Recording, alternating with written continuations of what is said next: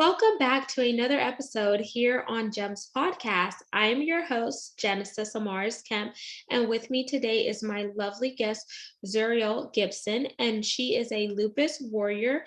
But here's a little bit more about her.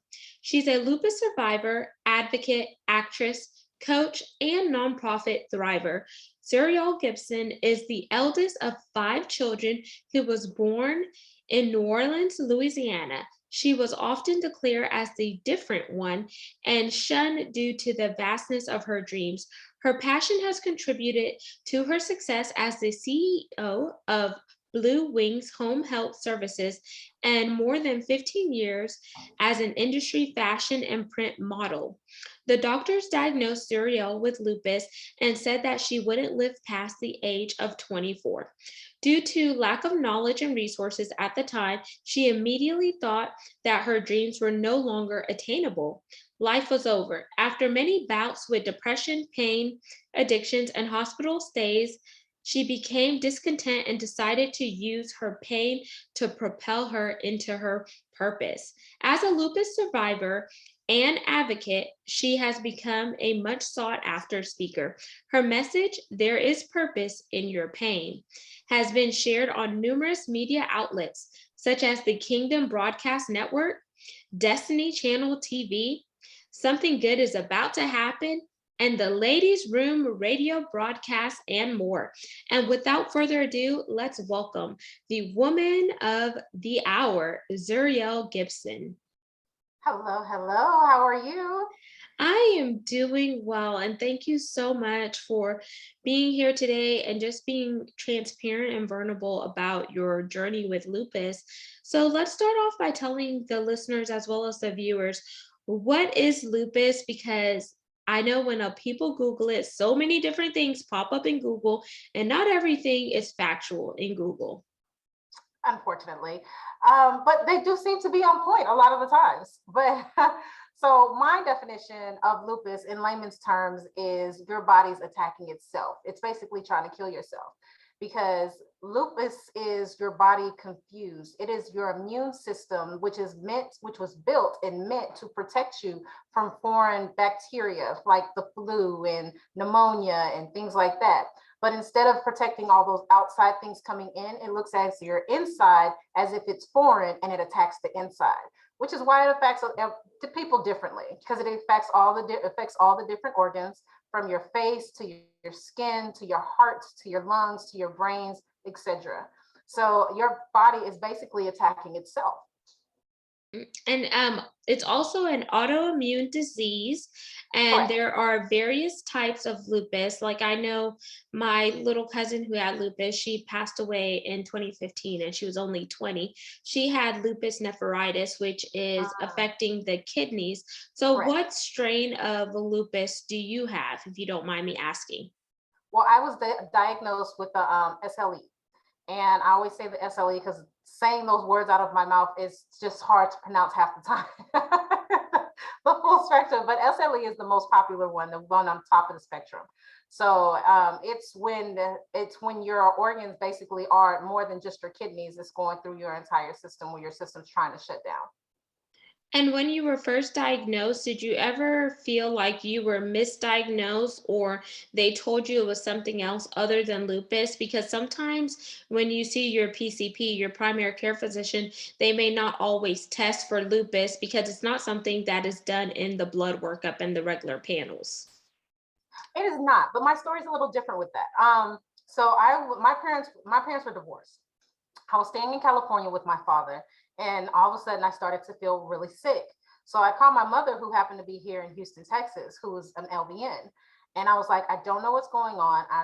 My breath feels like it's going away. My chest hurts, all of this stuff.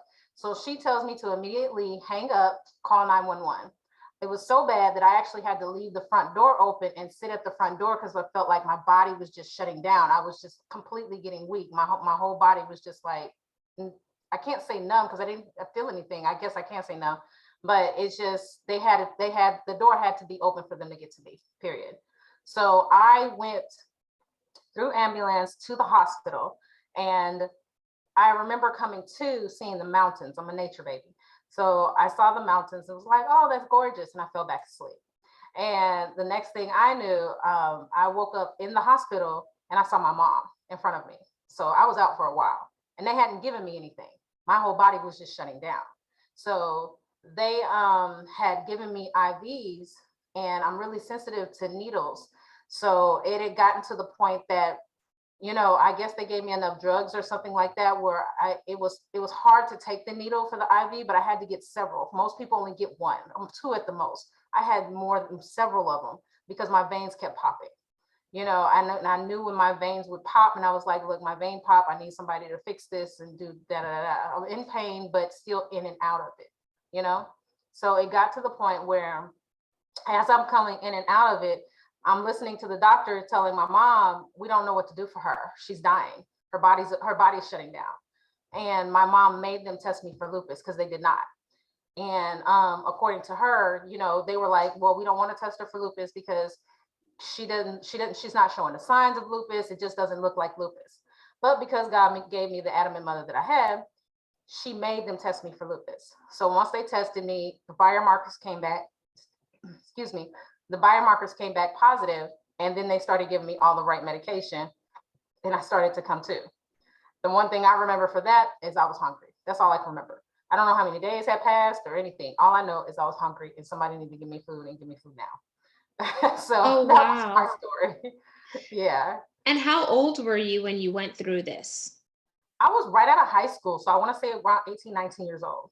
18, 19. And one of the things that I heard, and feel free to correct me if I'm wrong, is that lupus is prevalent in African American communities, in the Latino and the Hispanic community, and some Asian populations. So as your background and you being a lupus survivor as well as an advocate, do you go into these predominantly colored communities and help them look for the signs of lupus? Because everyone could react differently, and whether it shows up as a rash on your skin, something external, or whether it's something internally. And another thing that I've heard is some people said that they were misdiagnosed with rheumatoid arthritis instead of lupus, when in fact it was really lupus, but they didn't really do a RCA, root cause analysis, to rule out whether or not it was lupus. So they were on the wrong medication, the wrong treatment plan, and then they were still going through this suffering. So the thing with that is lupus is an open door, right? I've said that it's your autoimmune system that is confused. So it leaves an open door for all these different ailments. And so the one that's popular is the one they're going to not diagnose you with. They're not going to automatically go to lupus because, like you said, it's not on the top of the docket to run those tests for that. And it's mostly in the African. It's as if you have, the more pigment you have, the greater risk it is for you to have lupus. And in my history, from what I studied and what I've seen, now they don't on paper it says that we're more prevalent than getting it, but just in layman's terms, that's what it is. So it affects everyone, no matter who you are, where you are, or what culture you are. So just in that, it being diagnosed with rheumatoid arthritis, or like my mother passed away. She passed away from heart failure. If she did not know her lupus history or wasn't telling them her lupus history, they would have just marked it down as heart failure and not put two and two together for lupus. Unfortunately, a lot of doctors don't even find out, or families don't even find out that their loved one had lupus until after they die and there's an autopsy done. And it was like, oh, they had lupus. We had no idea. They passed away from lupus. So it's not like you said, it's not at the top of the list as it should be. Wow, and thank you for saying that, and I'm sorry for your loss. It's never easy losing a parent. I lost my dad in November of 2020, which was horrendous. And with your mom having lupus, do you think that you got your lupus due to hereditary or environmental factors? Honestly, I think I got it hereditary. I think it came out due to environmental, because my grandmother on my dad's side had lupus, and that's what she passed away from. And then my mother passed away from lupus. My dad actually passed away from cancer. And so, but he showed a lot of signs of lupus, which, I mean, they don't have it on paper, but I think lupus opens the door for cancer. So it's just, I think it's hereditary in my family because it seems like it pops up every now and then in somebody. And then when you're in a certain type of environment and your body gets stressed out about something, because stress is the biggest factor, unfortunately, when it comes to having a flare, you know? So if your body's stressing out about the environment and the weather changes and things like that, there you go, end up in the hospital. And then half the times the doctors think you're crazy, just want medicine, especially for, you know, we got our MVPs, MVPs, I like to call them, in the lupus community, who knows their body, who knows what they need, and this, that, and the other. And a lot of times it's a lot of the stronger medication that you need because your body is already adjusted to all the little stuff. If all I needed was the little stuff, I could have stayed home with the medication I have. I'm here for a reason. And so when you ask for certain type of medication, they think you're a drug addict. And that's not even the case. It's like, no, I know it works for my body. If you're going to give me that, I could have stayed home. You know, I didn't need you for that. You know, a lot of times I tell the doctors always ask you that question. So are you taking any drugs? I was like, no, nothing what you guys prescribe me. You know, you want to see the list? I'm a drug addict that way. I mean, what else can you go on? It's like, there's no need for nothing else out to go out on the street and get, because you guys stuffed me full of everything. You know, it comes to a point where you advocate for yourself and you're like, no, just wait. Let me see what else I can do. So you have all these different chemicals going through your body. But yeah, they do tend to ask you if you're a drug addict. They, you know, treat you all kinds of different ways with the popular diseases, and they treat those and forget about lupus, because if you treat the main thing, you'll be able to heal everything. So in a sense, why treat the main thing if you won't come back? Yeah, that makes sense because, you know, it's a money's game, and it's also a numbers game, in my opinion, because I believe that pharmaceutical drugs put certain medications onto physicians, and those physicians are then supposed to offload that medication onto certain patients because there's certain metrics and KPIs, which are key performance indicators, that need to be locked and docked in the books in order for them to continue to get funding. And I feel like if you give a medication and you look at all the side effects on that medication, then they then go on to prescribe you with another form of medication to combat the side effects. And I'm like, seriously. And I feel like there's so many different ways that our body, which is a powerful thing, can heal ourselves. I'm also a believer, so I believe in, you know, God and the higher power. And that's one thing that I like that you mentioned in one of your background bios is you, instead of when the doctor said no, God said go, and that helped you catapult you where you are. And I want to segue into Gibson Lupus because that is part of your brand, and you're also a CEO. So let's talk about how lupus has actually worked out in your favor. So it's called the Gibson Lupus ARC, and ARC stands for Autoimmune Resource Center. So as I started to come out on the clearer side of things, because I went through many years of just medication fog, so I couldn't remember a whole lot of anything. But as I started, well, there's a story behind that. A doctor, she gave me a medication. It blew me up to 200 and something pounds. I told her I have never been this big my entire life. What is going on? She said, don't worry about it. You're just fat. So since I'm just fat, I'm going to take this medication. That whole thing right there. I was like, I just told you this has never happened to me before. I've been big before, but I ain't never been like this. You know, I was really huge. My cousin and family used to make fun of me. They was like, if I get a pen, I could probably just pop you like a balloon. That's how big I got, you know? So everybody's looking at me like, you know, the little blimpy walking down the street. They're not used to that. But when that doctor told me that, it made me get off of that medication instead of just trusting everything the doctor said.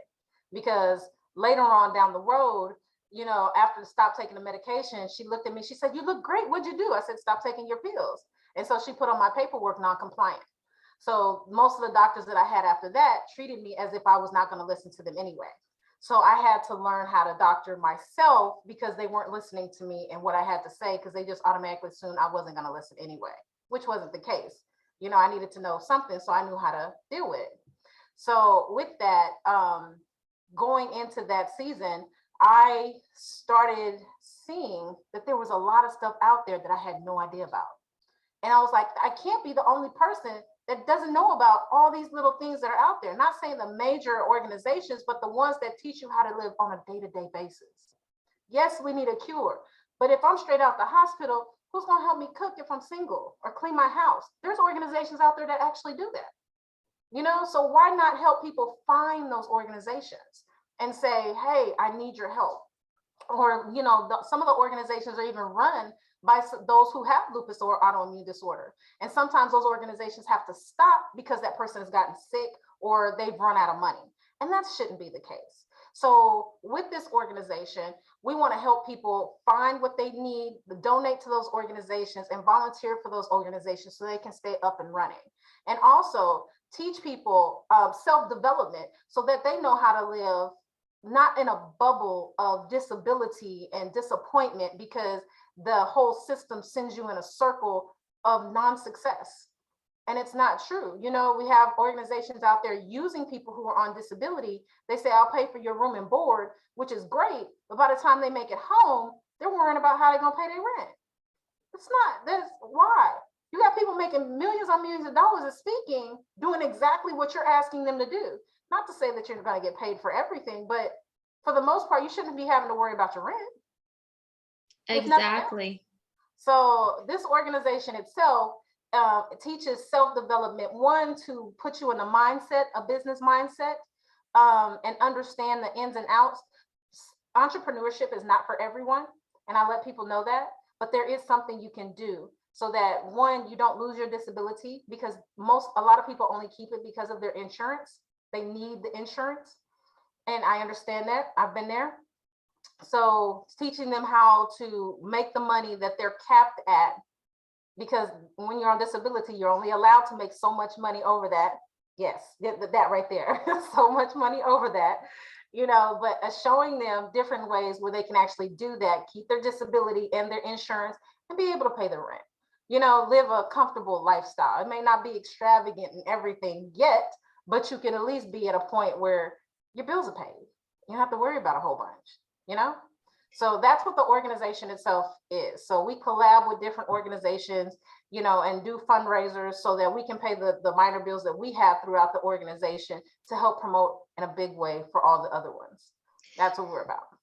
And that's beautiful that you do that, because I know I'm based in Houston, and I think you are too, Zuriel. Do you partner with the Lupus Walk? I know this year they're doing something different. They're taking the walk out of downtown Houston and they're going to do it on the campus of TSU. And I was like, what? That's different. That is different. So unfortunately, I do not partner with them. They're not big on partnering with any organization. Unfortunately, there's a lot of organizations out here that's basically like, I have to get mine, you know, so not everybody's willing to partner up because they're trying to make sure that they can maintain what they have going on and bring in more money into them. So therefore they look at everybody else as competition. And I'm pulling together organizations who understand that, hey, everybody has to get theirs, but there's also a greater good in coming together within the community. So we don't partner up. We do tell people about the walk because it's a great awareness thing. To be out there, but we partner up with other organizations. Like there's an organization's male lupus warrior with Emmett Henderson III. He is a gentleman who's really pushing the envelope out there because it's only 10% men and 90% women. So it's still a lot when the numbers are so high for men. They look at 10% like, oh, that's nothing. It's a woman's disease. And that's not the case. So he's coming in strong. Him and Dion with Beat Lupus. They collab together, and Emmett is in San Diego. And Dion is on the other side of the world. I'm sorry, I don't know what city he's in. Sorry, Dion. I don't know which city he's in, but I try to collaborate with different organizations like that.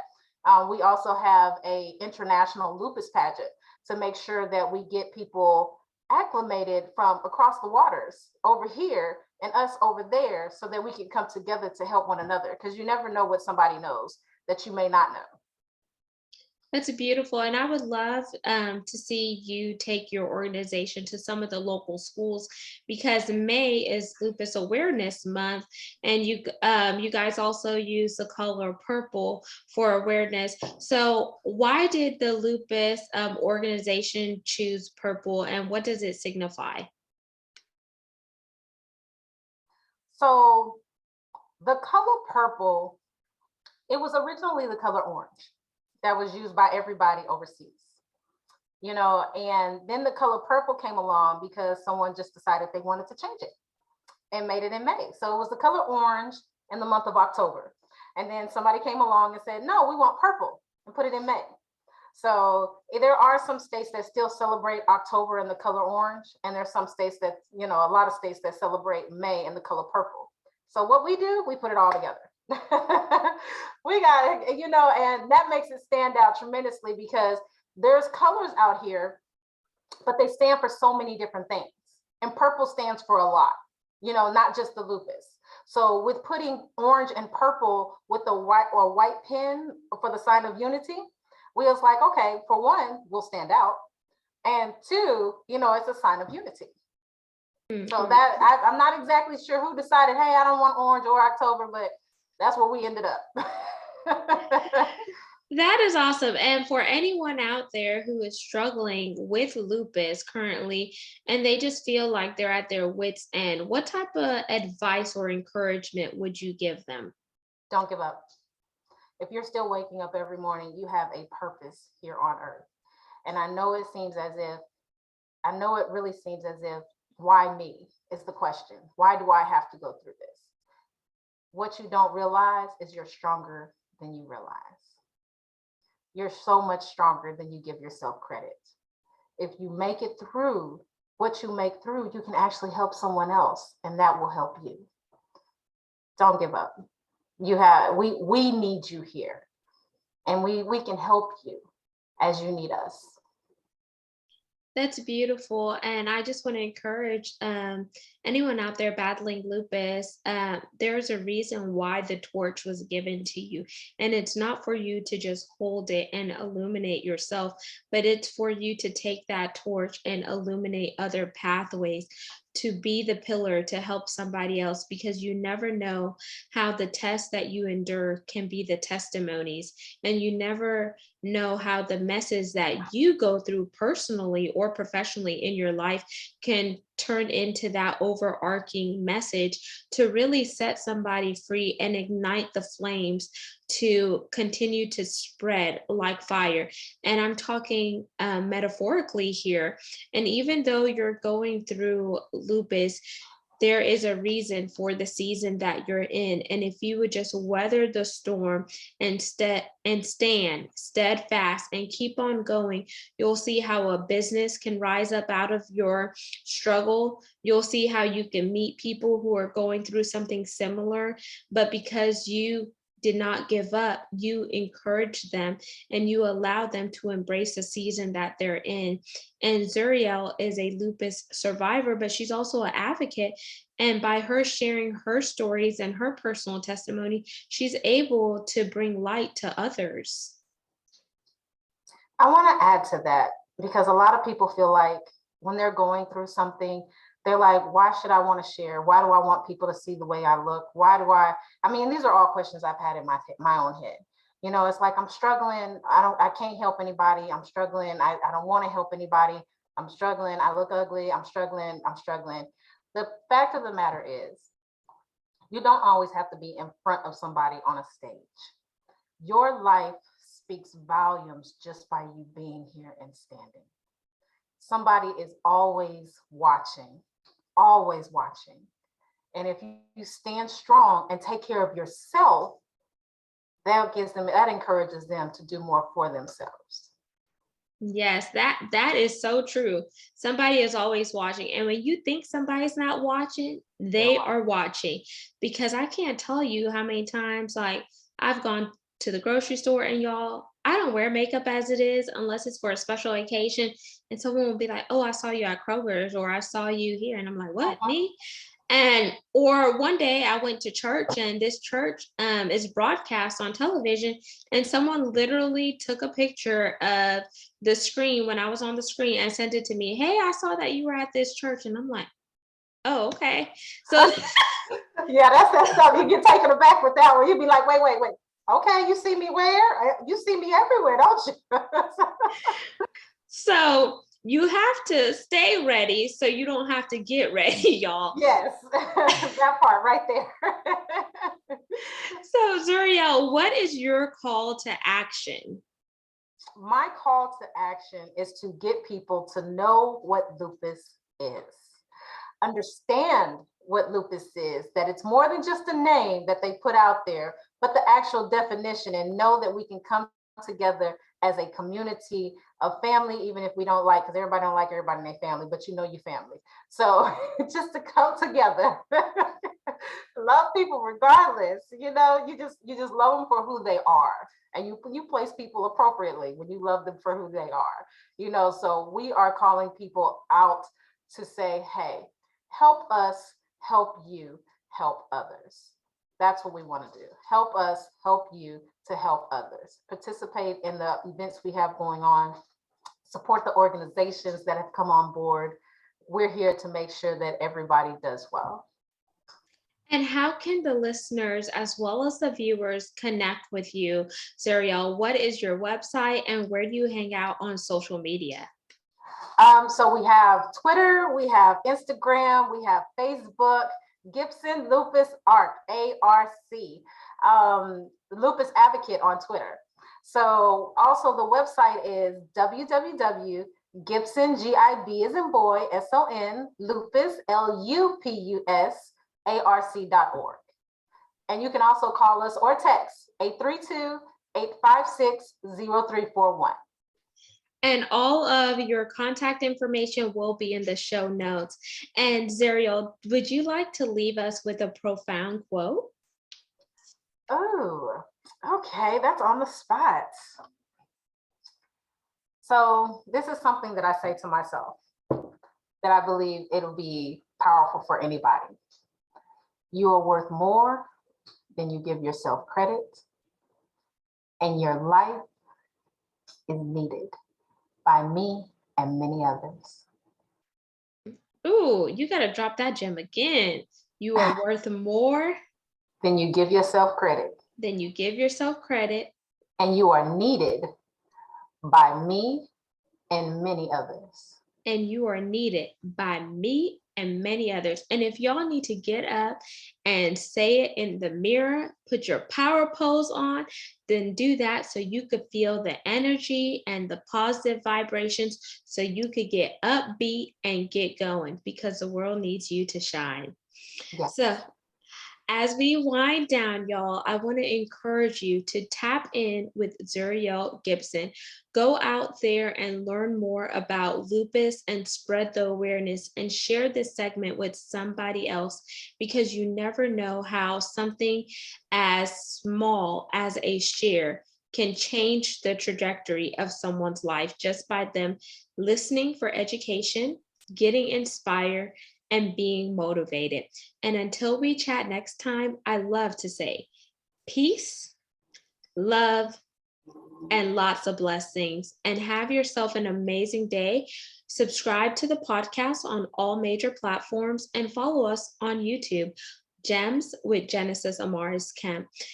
This has been a phenomenal segment, and I can't thank Zuriel enough for gracing us with her presence and dropping some gems today. So thank you for having me. My pleasure. And y'all go out there and really educate yourself on this autoimmune disease, because you need to know what to look out for. And remember, this disease does not discriminate. So no matter what color you are, you can be carrying it. So get ahead of the curve and just make sure that you are really producing as well as getting yourself checked out, because what good is wealth if you can't truly celebrate the wealth that you have, enjoy it, because your health is suffering. So keep that in mind. And until we chat next time, be blessed.